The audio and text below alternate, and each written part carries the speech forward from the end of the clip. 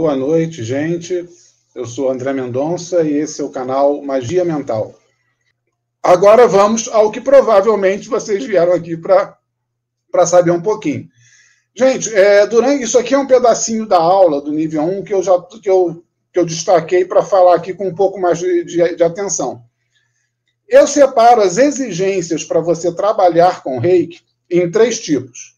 Tá? Exigências fundamentais, que são as exigências que o sistema Reiki exige, né? Que o sistema Reiki faz.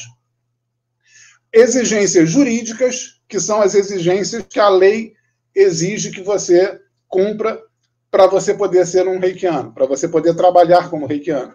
Tá? E exigências de mercado, exigências de marketing, tá? Que são aquelas exigências que podem, dependendo do caso, se tornar mais interessantes, né? Que podem ser mais convenientes que você faça, mas que não são exigências legais e que não são exigências fundamentais. Tá? Então, a gente, ao separar nesses 3 pés, né, nessas 3 classificações, eu acho que fica muito mais claro você entender para que servem aí algumas ferramentas e algumas escolhas que você pode fazer. Exigências que o sistema exige de você para poder trabalhar como reikiano. Eu coloco 2. Tá? Uma, ser sintonizado por um mestre habilitado. Isso é condição sine qua non. Tá? Se você não tem a sintonização, não importa quantos livros você leu, não importa quantos vídeos você viu, não importa de quem são os livros ou os vídeos que você leu e viu. Tá? Você não é um reikiano e quando você fizer a aplicação, muito provavelmente é o teu ki, é a tua energia pessoal que você vai aplicar. Você até vai conseguir resultado. Então, se você aplicar em uma pessoa, a pessoa vai dizer, poxa, eu senti energia, eu estou me sentindo melhor. Claro que tá, só que a energia que você entregou foi a tua. Tá? Então, não tem como você fazer uma aplicação de Reiki sem você ter passado por uma sintonização por um mestre habilitado. Isso é indiscutível. A segunda exigência fundamental é que você tenha bom senso. E só isso, mais nada.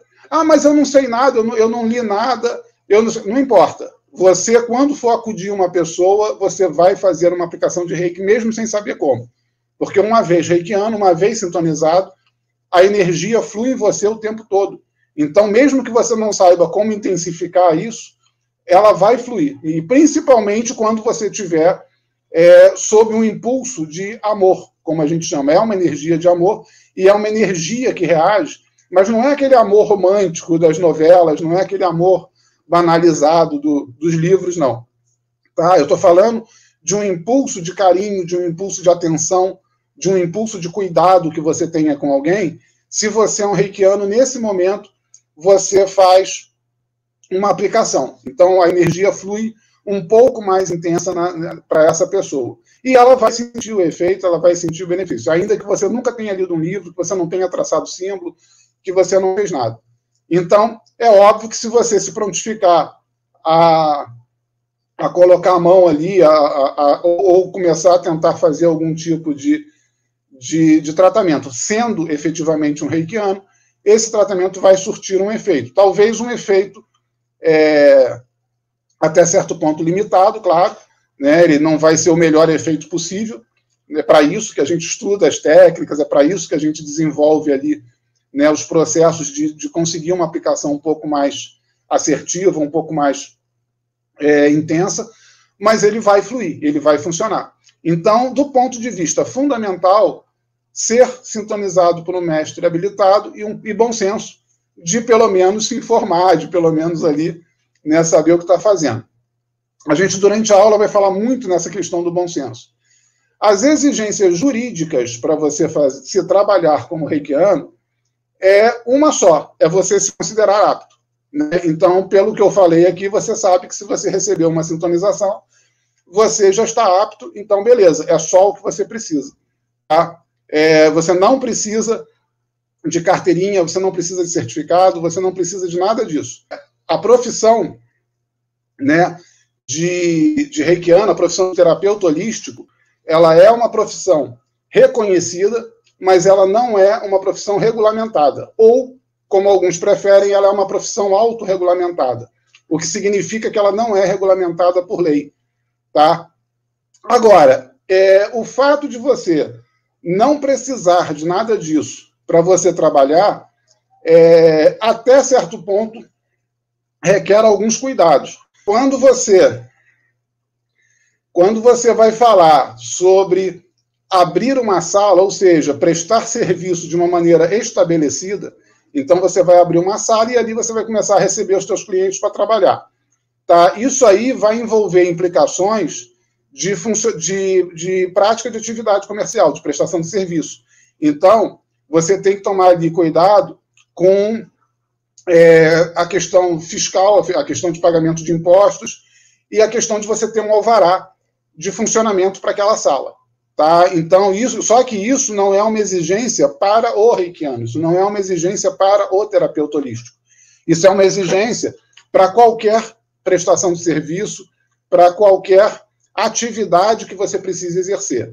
Tá? Então, vou colocar aqui para vocês algumas informações que podem ser úteis na hora de vocês fazerem a pesquisa. Lembrando, antes de mais nada, tenha assessoria, faça uma consulta prévia com um contador. Tá? Um contador ou um advogado da área comercial, né, da área tributária, vai te dar informações mais seguras. O que eu estou fazendo aqui é botando aí algumas pedras, né, para formar um pequeno caminho das pedras, para que você facilite tanto até o trabalho, até a pesquisa, né, desse profissional que vai te assessorar, como até você já ter aí uma pequena visão do que você efetivamente pode se calçar.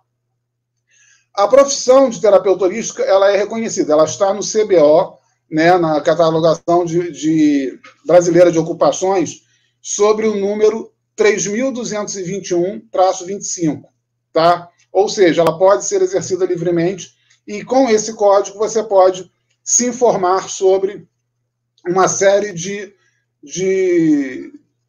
regulamentações que você pode aí buscar, né? Por exemplo, tirar autonomia, tirar um alvará. Como eu disse, é uma profissão autorregulamentada. O que significa isso?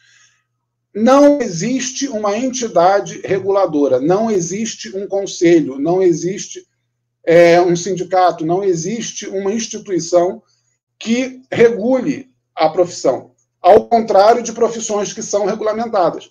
Então, por exemplo, se você é corretor de imóveis, você nunca vai ver um corretor de imóveis com algum tipo de registro que não seja o CRES. Se você nunca vai ver um médico que tenha algum registro diferente do Conselho Regional de Medicina. Você nunca vai ver um advogado que não tenha um outro registro que não da OAB.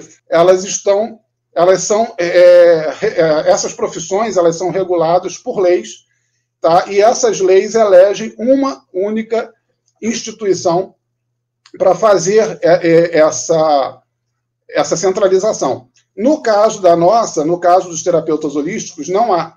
Então, o que há são várias associações, várias entidades que até fazem esse serviço, né, de forma independente. Mas o registro, a adesão, a filiação a essas instituições, ela é opcional.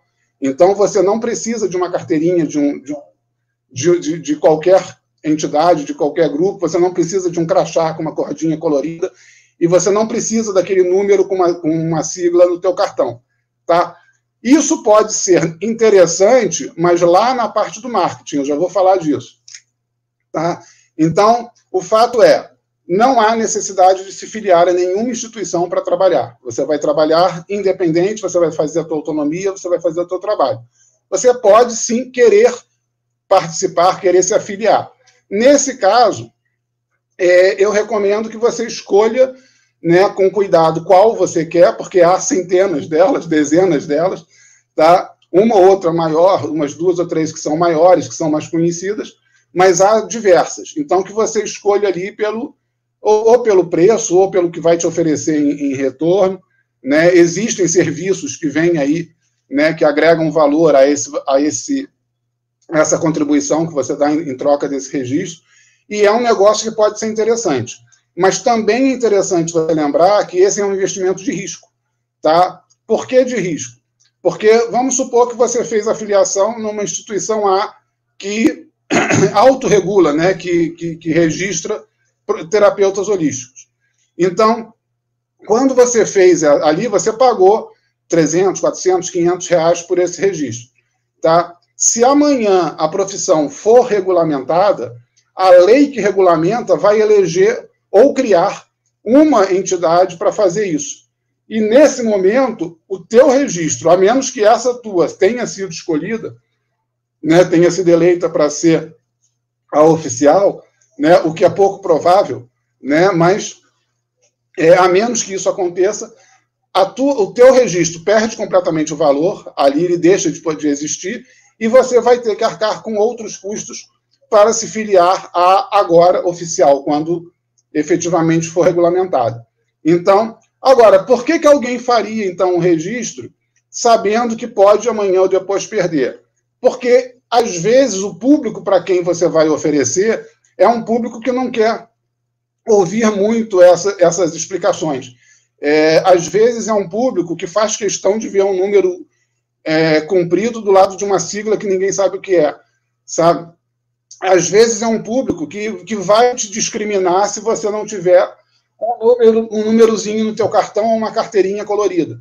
Tá? Nesse caso, se a perda de clientes, por conta de você não ter essa informação, por mais que ela não seja necessária, for uma perda maior do que esse valor, já ficou interessante você ter uma. Né? Então, a oferta desse tipo de serviço é legal. Tá? Então, essas instituições que oferecem esse serviço são legais e são interessantes do ponto de vista de marketing. Tá? A única coisa que elas não podem fazer é te coagir e de alguma forma, insinuar que aquilo é obrigatório. Tá? Porque, nesse caso, elas estariam incorrendo em um crime, né? Crime de usurpação de função pública, né? O artigo 328 do Código Penal. Tá? Então, esses registros, né, em instituições de classe, para terapeutas holísticos, é opcional. Tá? No caso do Reiki, é. Ok, gente? Agora, sobre pagamento de impostos. O fato de a gente dizer que não há exigências legais para você trabalhar não significa que não haja exigências fiscais. Você tem renda, você tem que pagar imposto. Tá? Então, é conveniente aí, né, que você, no mínimo, tire uma autonomia que você possa contribuir, que você possa aí se calçar em relação a alguma coisa. Outra opção também interessante, que não é obrigatória, mas pode ser interessante, principalmente se você já tem aí, né, uma previsão de começar a ter alguns atendimentos pagos, né, com alguma regularidade, é você tirar um alvará de autônomo. Tá? E aí eu vou falar um pouquinho mais da importância desse alvará também, mais à frente eu falo um pouquinho, quando você vai trabalhar dentro de alguma instituição.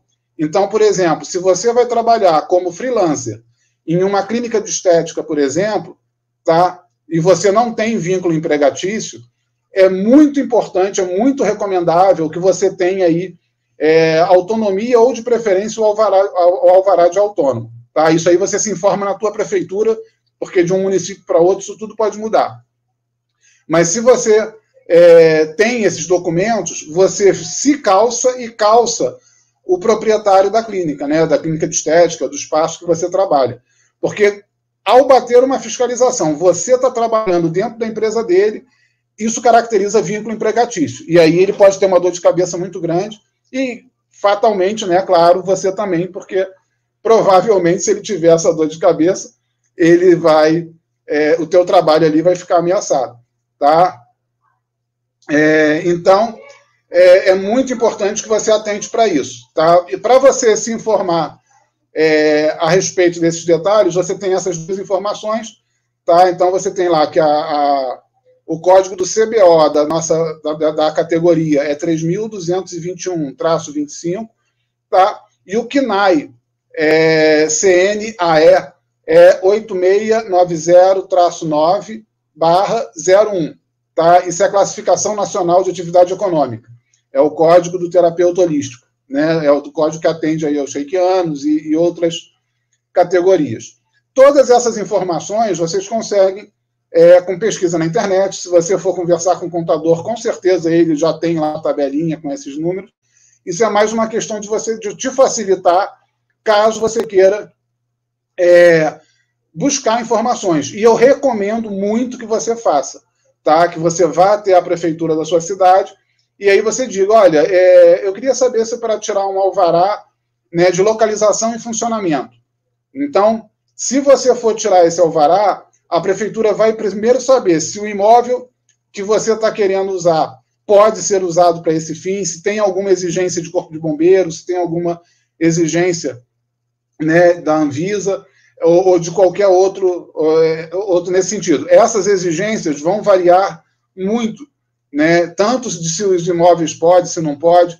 Toma cuidado se você forem usar o imóvel de casa, né, se você for tentar tirar para trabalhar em casa, isso é muito complicado. Eu, pelo menos, não recomendo, né, tanto do ponto de vista energético, como eu falo em aula, né, de que não é uma ideia muito interessante, como pode ser um pouco confuso quando você faz essa mistura aí com atividade comercial, tá? De qualquer maneira, com esses códigos, você vai na prefeitura e principalmente se o teu imóvel é alugado, porque aí você envolve na confusão o proprietário do imóvel.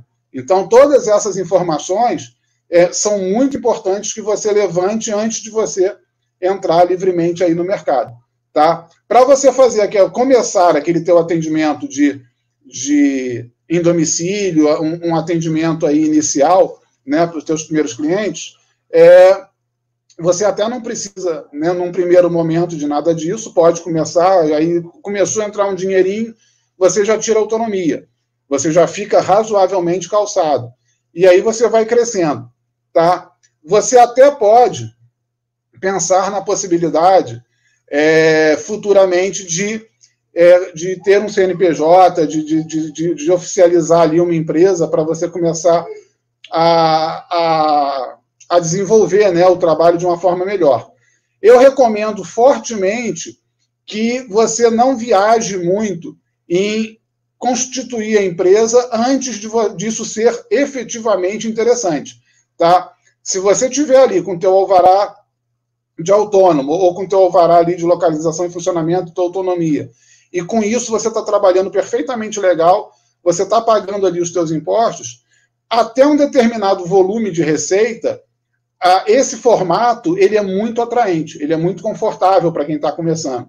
Mas quando você começa a movimentar um dinheiro maior, ele se torna bem menos interessante do que você ter o CNPJ, né? Porque aí você está enquadrado num simples, você está enquadrado aí numa empresa limitada, já fica muito mais barato, né, a partir de uma determinada arrecadação. Tudo isso o contador vai te explicar, tá? Então que você só pense em fazer, em dar esse passo, quando isso for gerar vantagem para você. E não apenas pelo sonho de ser um empresário, pelo sonho de ter uma empresa, porque você pode acabar tropeçando com isso, tá? Então, a recomendação aqui, que você procure ali um contador, que você até faça a tua pesquisa na prefeitura para ter uma ideia de quanto custa um alvará, quanto vale a pena você investir, tá? Sondar, né, esses órgãos que oferecem registros e numerozinhos e carteirinhas para ver qual é o valor de você ter ali um registro num órgão desse, porque do ponto de vista de marketing isso é realmente interessante, né, isso passa uma imagem um pouco mais profissional, até porque o cliente que vai te consultar, ele não tem a menor ideia da diferença entre o teu número de uma associação que não é obrigatória para um CRM ou para um CRES que é. Ok? Obrigado, gente. Boa noite. Bom descanso.